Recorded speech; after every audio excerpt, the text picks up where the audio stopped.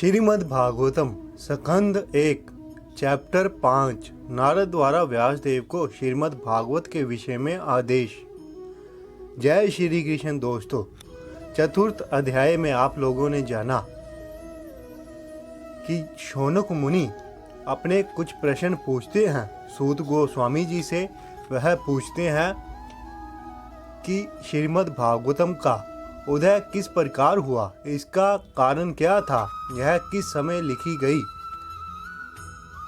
और वह पूछते हैं कि महाराज परीक्षित अपनी मृत्यु का इंतजार क्यों कर रहे थे, इसका क्या कारण था। ऐसे ही कुछ प्रश्न उन्होंने इस अध्याय में पूछे। अगर आपने वो वीडियो नहीं देखी है तो आई बटन में उसका लिंक है, आप वो वीडियो देख सकते हैं। और अब चैप्टर 5 नारद द्वारा व्यासदेव को श्रीमद् भागवत के विषय में आदेश।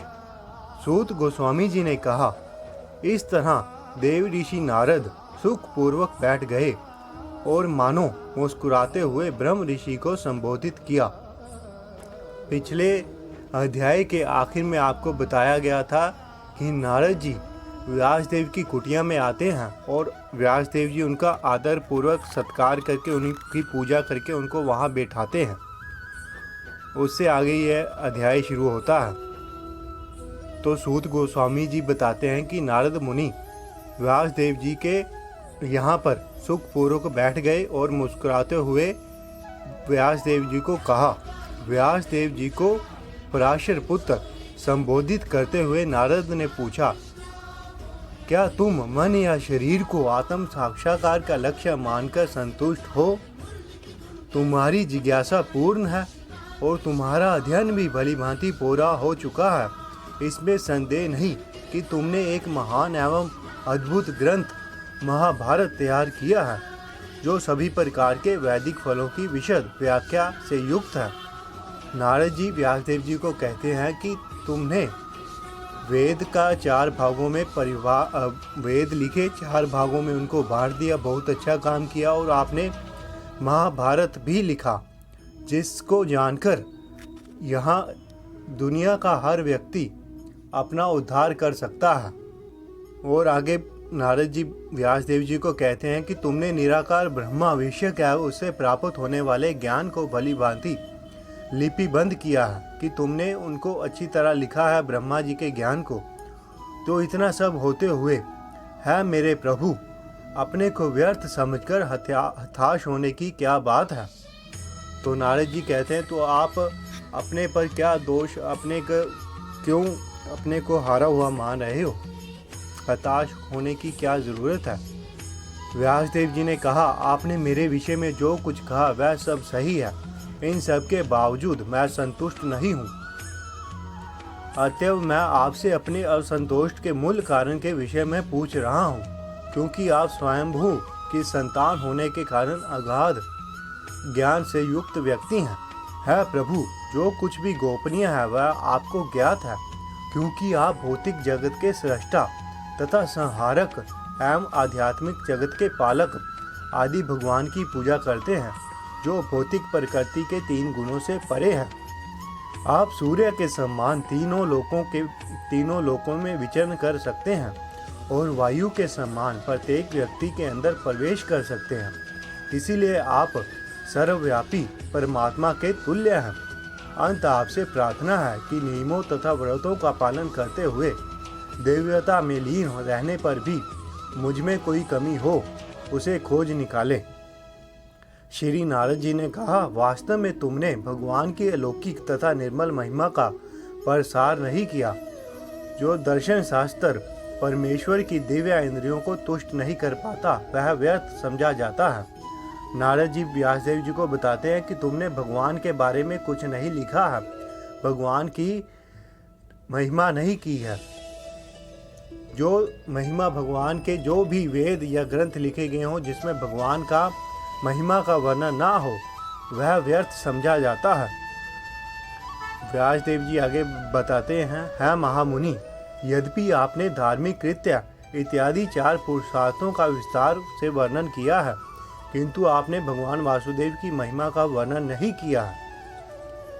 जो वाणी संपूर्ण ब्रह्मांड के वायुमंडल को परिशुद्ध करने वाले भगवान की महिमा का वर्णन नहीं करती, उसे साधु पुरुष गौओं के स्थान के सम्मान मानते हैं, क्योंकि परमहंस पुरुष दिव्यालोक के वासी होते हैं।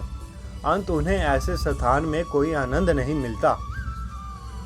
दूसरी ओर जो साहित्य असीम परमेश्वर के नाम, यश, रूपों तथा लीलाओं की दिव्य महिमा के वर्णन से पूर्ण है, वह कुछ भिन्न ही रचना है, जो इस जगत की गुमराह सभ्यता के अपवित्र जीवन में क्रांति लाने वाले दिव्य शब्दों से ओतप्रोत है। ऐसे दिव्य साहित्य, चाहे वह ठीक से ना भी रचा हुआ हो, ऐसे पवित्र मनुष्यों द्वारा सुना गया तथा स्वीकार किया जाता है, जो नितांत निष्कपट होते हैं। नारद जी बताते हैं कि जिस ग्रंथ में भगवान के बारे में वर्णन ना हुआ हो, वह व्यर्थ माना जाता है, लेकिन जिस ग्रंथ में जो ग्रंथ ना भी हो, लेकिन उसमें भगवान की महिमा का वर्णन किया हो, तो वह उत्तम है। आत्म साक्षात्कार का ज्ञान समस्त भौतिक आसक्ति से रहित होने पर भी शोभा नहीं देता, वह ईश्वर के भाव से शून्य है। तो फिर उन सकाम कर्मों से क्या लाभ है, यदि वह भगवान की भक्ति के लिए काम ना आ सके, जो स्वभावत प्रारंभ से ही दुखप्रद तथा क्षणिक होते हैं। है व्यासदेव, तुम्हारी दृष्टि सभी तरह से पूर्ण है, तुम्हारी उत्तम ख्याति निष्कलुष है, तुम अपने व्रत में दृढ़ हो और सत्य में स्थित हो। अतएव तुम समस्त लोगों को भौतिक बंधन से मुक्ति दिलाने के लिए भगवान की लीलाओं के विषय में समाधि के द्वारा चिंतन कर सकते हो। नारद जी कहते हैं व्यासदेव को कि आपकी दिव्य दृष्टि है आपके पास, आप समाधि द्वारा भगवान के बारे में, भगवान के सारे अवतारों के बारे में जान सकते हैं। तुम भगवान के अतिरिक्त विभिन्न रूपों, नामों तथा परिणामों के रूपों में जो कुछ भी वर्णन करना चाहते हो, वह प्रतिक्रिया द्वारा मन को उसी प्रकार आंदोलित करने वाला है, जिस प्रकार आशाविहीन नाव को चक्रवात आंदोलित करता है। सामान्य लोगों में भोग करने की स्वाभाविक प्रवृत्ति होती है, और तुमने धर्म के नाम पर उन्हें वैसा करते रहने के लिए प्रोत्साहित किया है। यह अत्यंत घृणित तथा अत्यंत अनुचित है, क्योंकि वह तुम्हारे उपदेशों के अनुसार मार्गदर्शन प्राप्त करते हैं। अंत वह ऐसे कार्यों को धर्म के नाम पर ग्रहण करेंगे और निषेधों की भी परवाह नहीं करेंगे। हमारे वेद जो हैं वह धार्मिक जीवन जीने के बारे में बताते हैं कि हमें यह भौतिक जीवन कैसे जीना है। महाभारत में भी इसी के बारे में बताया गया है। तो नारद जी उन्हें कहते हैं कि आपने जो यह लोग हैं आपका अनुसरण करते हैं, आपके मार्ग पर चलते हैं, आपने उनको भौतिक जीवन में काम करने के लिए प्रेरित किया है। भगवान असीम है, केवल वही निपुण व्यक्ति इस आध्यात्मिक ज्ञान को समझने के योग्य है, जो भौतिक सुख के कार्यकलापों से विरक्त हो चुका है।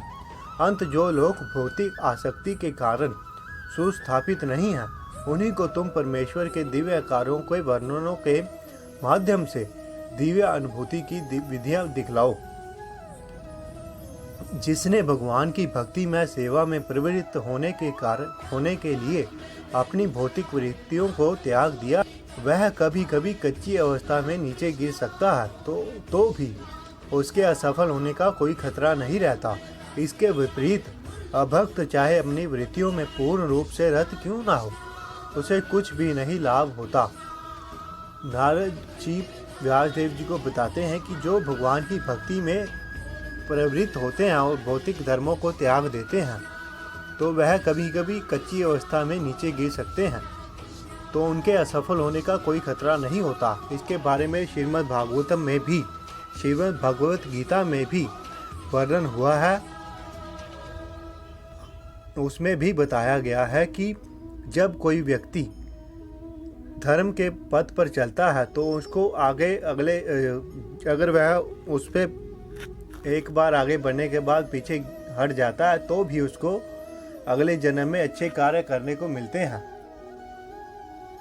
जो व्यक्ति वास्तव में बुद्धिमान तथा तत्व ज्ञान में रुचि रखने वाले हैं, उन्हें चाहिए कि वह उस सार्थक अंत के लिए ही प्रयत्न करे, जो उच्च लोकों से लेकर निम्नतम लोकों तक विचरण करने से भी प्राप्य नहीं है। जहाँ तक इंद्रिय भोग से प्राप्त होने वाला सुख की बात है, यह तो कालक्रम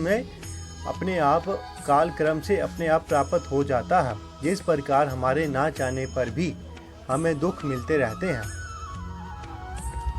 नारद जी कहते हैं कि मनुष्य को वैकुंठ में जाने के लिए ही प्रयत्न करना चाहिए, उसके लिए ही धार्मिक जीवन अपनाना चाहिए। जो बुद्धिमान लोग होते हैं वह ऐसा ही करते हैं, लेकिन जिनमें बुद्धि का अभाव होता है वह भौतिक चीज़ों को प्राप्त करने के लिए भगवान की भक्ति करते हैं।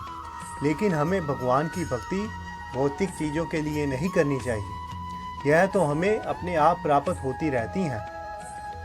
जैसे दुख हमें नहीं चाहिए होते, लेकिन वह काल के प्रभाव से समय आने पर हमें अपने आप प्राप्त हो जाते हैं। उसी प्रकार सुख भी अपने आप प्राप्त हो जाता है प्रिय व्यास। यद्यपि भगवान का भक्त भी कभी कभी किसी न किसी कारण से नीचे गिर जाता है, लेकिन उसे दूसरों की तरह भव चक्र में नहीं जाना पड़ता, क्योंकि जिन व्यक्ति ने भगवान के चरण कमलों का आस्वादन एक बार किया है वह उस आनंद को पुनः पुनः स्मरण करने के अतिरिक्त और कुछ नहीं कर सकता। पूर्ण पुरुषोत्तम भगवान स्वयं विश्व स्वरूप है, तथापि उसमें निर्लिप्त भी है। उन्हीं से यह दृश्य जगत उत्पन्न हुआ है, उन्हीं पर टिका है और संहार के बाद उन्हीं में प्रवेश करता है। तुम सबके विषय में जानते हो, मैंने तो केवल सारांश भर प्रस्तुत किया है। तुम में पूर्ण दृष्टि है, तुम पूर्ण पुरुषोत्तम भगवान को जान सकते हो, क्योंकि तुम भगवान के अंश के रूप में विद्वान हो। यद्यपि तुम अजन्मा हो, लेकिन समस्त लोगों के कल्याण हेतु इस पृथ्वी पर प्रकट हुए हो। अंत भगवान श्री कृष्ण की लीलाओं का अधिक विस्तार से वर्णन करो।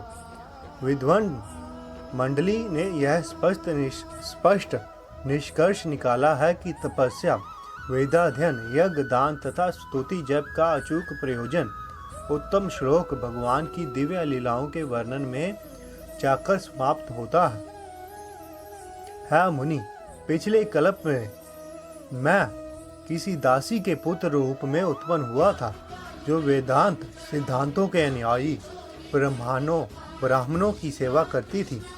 जब वह लोग वर्षा ऋतु के चातुर्मास में साथ साथ रहते थे, तो मैं उनकी सेवा टहल किया करता था। यहाँ से भगवान नारद जी अपने पिछले कल्प में अपने जन्म के बारे में बताते हैं, और वह कहते हैं कि मैं पिछले जन्म में किसी दासी के पुत्र में रूप में उत्पन्न हुआ था और ब्राह्मणों की सेवा किया करता था, जो वर्षा ऋतु में साथ साथ रहते थे।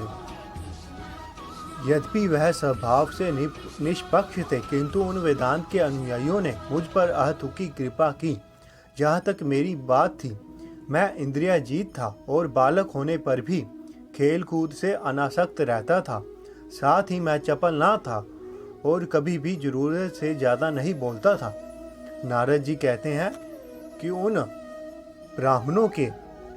ब्राह्मणों ने मुझ पर अहतुकी कृपा की, और जहाँ तक मेरी बात थी, मैं इंद्रियों पर इंद्रियाजीत था। मैं इंद्रियों के वश में कभी भी नहीं आता था। मैं बचपन से ही बालक होने पर भी खेल कूद में भाग नहीं लेता था, और मैं बहुत अधिक बोलता भी नहीं था। उनकी अनुमति से, आगे नारद जी बताते हैं कि उन ब्राह्मणों की अनुमति से मैं केवल एक बार उनकी जूठन खाता था, और ऐसा करने से मेरे सारे पाप तुरंत ही नष्ट हो गए। इस प्रकार सेवा में लगे रहने से मेरा हृदय शुद्ध हो गया, और तब वेदांतियों का स्वभाव मेरे लिए अत्यंत आकर्षक बन गया।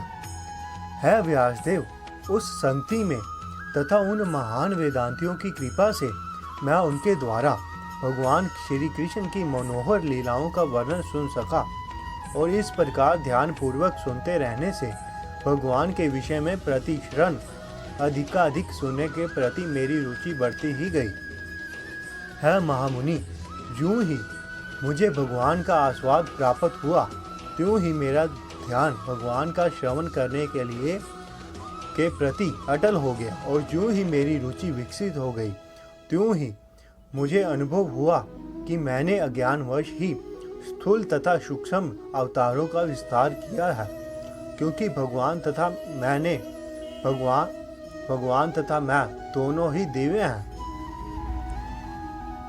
इस प्रकार वर्षा तथा शरद दोनों ऋतुओं में मुझे इन महामुनियों से भगवान हरि की धवल कीर्ति का निरंतर कीर्तन सुनते रहने का सुअवसर प्राप्त हुआ। यूं ही मेरी भक्ति का प्रवाह होने लगा कि रजोगुण तथा तमोगुण के सारे आवरण विलुप्त हो गए। मैं उन मुनियों के प्रति अत्यधिक आसक्त था, मेरा आचरण विनम्र था और उनकी सेवा के कारण मेरे सारे पाप विनष्ट हो चुके थे। मेरे हृदय में उनके प्रति प्रबल श्रद्धा थी। मैंने इंद्रियों को वश में कर लिया था और मैं तन मन से उनका दृढ़ता से अनुगमन करता रहा था।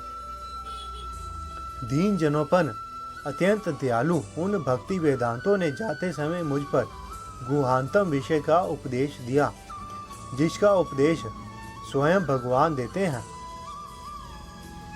उस गुहा ज्ञान से मैं संपूर्ण पदार्थों के सृष्टा, पालक तथा संहार करता भगवान श्री कृष्ण की शक्ति के प्रभाव को ठीक ठीक समझ सका।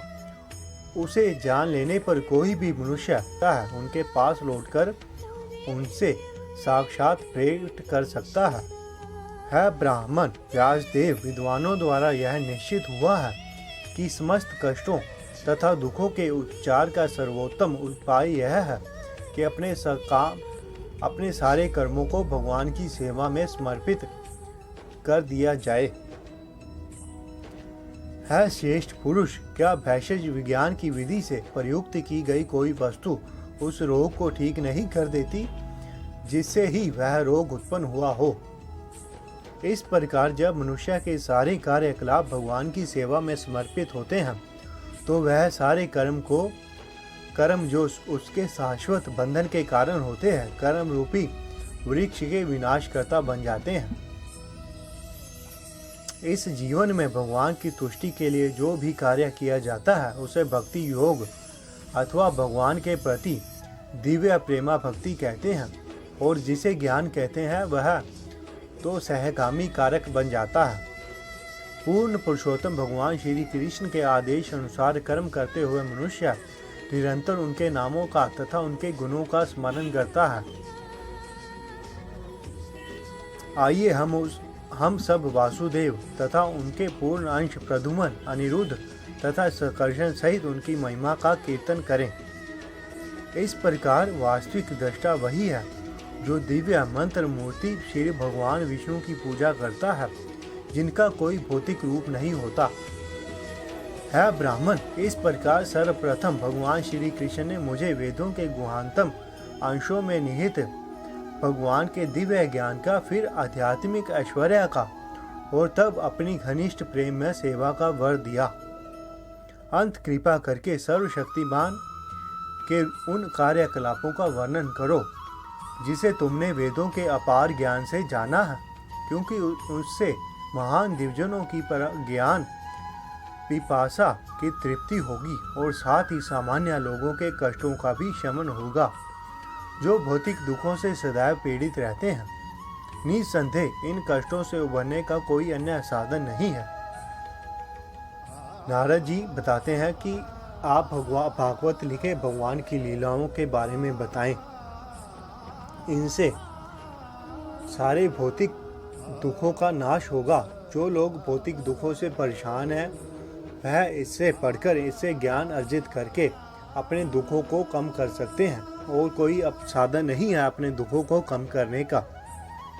तो इस प्रकार इस अध्याय में नारद जी व्यासदेव जी को श्रीमद् भागवत का लिखने के बारे में प्रेरित करते हैं। इस प्रकार इस अध्याय का प्रथम स्कंध के पंचम अध्याय का नारद द्वारा व्यासदेव को श्रीमद् भागवत का उपदेश का भक्ति वेदांत तात्पर्य पूर्ण हुआ। जय श्री कृष्ण।